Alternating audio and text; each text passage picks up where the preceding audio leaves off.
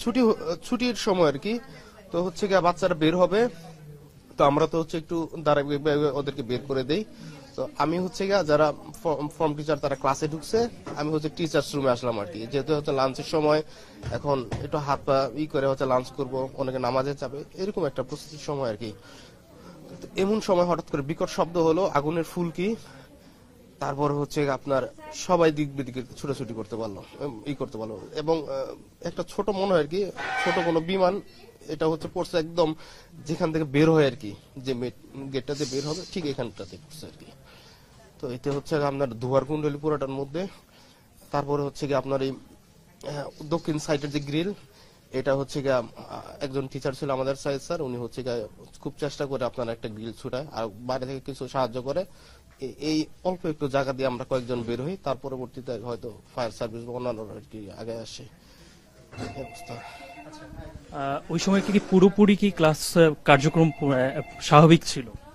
আসলে একদম ছুটির সময় বাচ্চারা বের হবে আর কি। তা আমরা হচ্ছে গিয়ে ওদেরকে যাতে একটা সুশৃঙ্খল ভাবে বের হয় আর কি, তার জন্য লাইন করে বের করি আর কি। ঠিক এই মুহূর্তটার মধ্যে আর কি আপনার এই ঘটনাটা। আপনি স্বচক্ষে কিরকম দেখেছেন যে কিরকম হতাহত হতে পারে? আসলে হতাহতটা এই মুহূর্তে বলতে পারতেছি না, এই কারণে যে হচ্ছে কি আপনার যখন দুর্ঘটনা ঘটার পরপরই আপনার প্রচন্ড ধোঁয়া। Hire Google TV, endless color, smart living.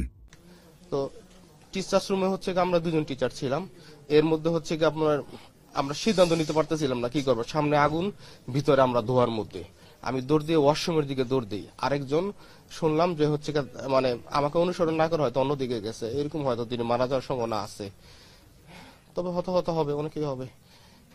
মানে আপনি বলতে চাচ্ছেন যে পুরোপুরি যখন একদম ছুটি হওয়ার মুহূর্ত ছিল, স্টুডেন্টরা অপেক্ষা করছে, জি জি, বাচ্চারা বের হবে আর কি, ঠিক ওই মুহূর্তটা ছুটির সময়। কোন ধরনের আপনারা তো মানে এটা তো হওয়ার কথা না, আভাস আপনার পাওয়ার তো কোনো কথাই না, মানে একেবারে পুরো এতটাই আকস্মিক যে মানে আমরা কিছু বুঝার উঠার আগে দেখলাম যে হচ্ছে আগুন, সামনে থেকে কিছু দেখতে পারি না, আগুন আর আগুন, তারপর ধোয়া, এতটুকুই। আপনার এখন শারীরিক কি বলছে, ডাক্তাররা কি বলছে? আমার হচ্ছে দু হাত আর হচ্ছে একটু শ্বাসকষ্ট আছে, আর মুখ কান এগুলো পুড়ে গেছে। তো আমি হচ্ছে আপনার ওয়াশরুমে গিয়ে হচ্ছে কাপড়টা আর কি ভিজে হচ্ছে নাকে ধরছিলাম আর কি। আর যারা যেসব বাচ্চারা আপনার দৌড়ে আমার কাছে আসতে পারছে ওদেরকে পরামর্শ দিয়েছি যাতে হচ্ছে শার্ট, অনেকের শার্ট পুড়ে গেছে, এগুলো হচ্ছে মানে শার্ট বা গেঞ্জি যাই আছে হচ্ছে ভিজে নাকে ধরে, কারণ শ্বাসকষ্ট মারা যাওয়ার সম্ভাবনা বেশি থাকে আর কি। আমি ভালো আছি, কিন্তু যারা ভিতরে আর কি ধোয়ার মধ্যে পড়ে গেছে তাদের একটু সমস্যা হচ্ছে। আপনি এখন পর্যন্ত কোনো খবর পেয়েছেন যে আপনার খুব মানে পরিচিত স্টুডেন্ট কিংবা কোনো টিচার কোনো গুরুতর অবস্থায়, খুব বাজে অবস্থায় আছেন, এরকম কোনো খবর পেয়েছেন আপনি? আমার সাথেই হচ্ছে 3টা স্টুডেন্ট আমি নিয়ে আসছি, যার একজনকে সিএমএস এ পাঠানো হয়েছে, ওর শরীর অনেকাংশই পুড়ে গেছে, চামড়াগুলো উঠে গেছে। আমার গায়ে যে শার্টটা ছিল যাতে আর কি না জ্বলে, এই শার্টটা আর কি ওর গায়ে দিয়ে আমি ওকে হাসপাতালে নিয়ে আসি।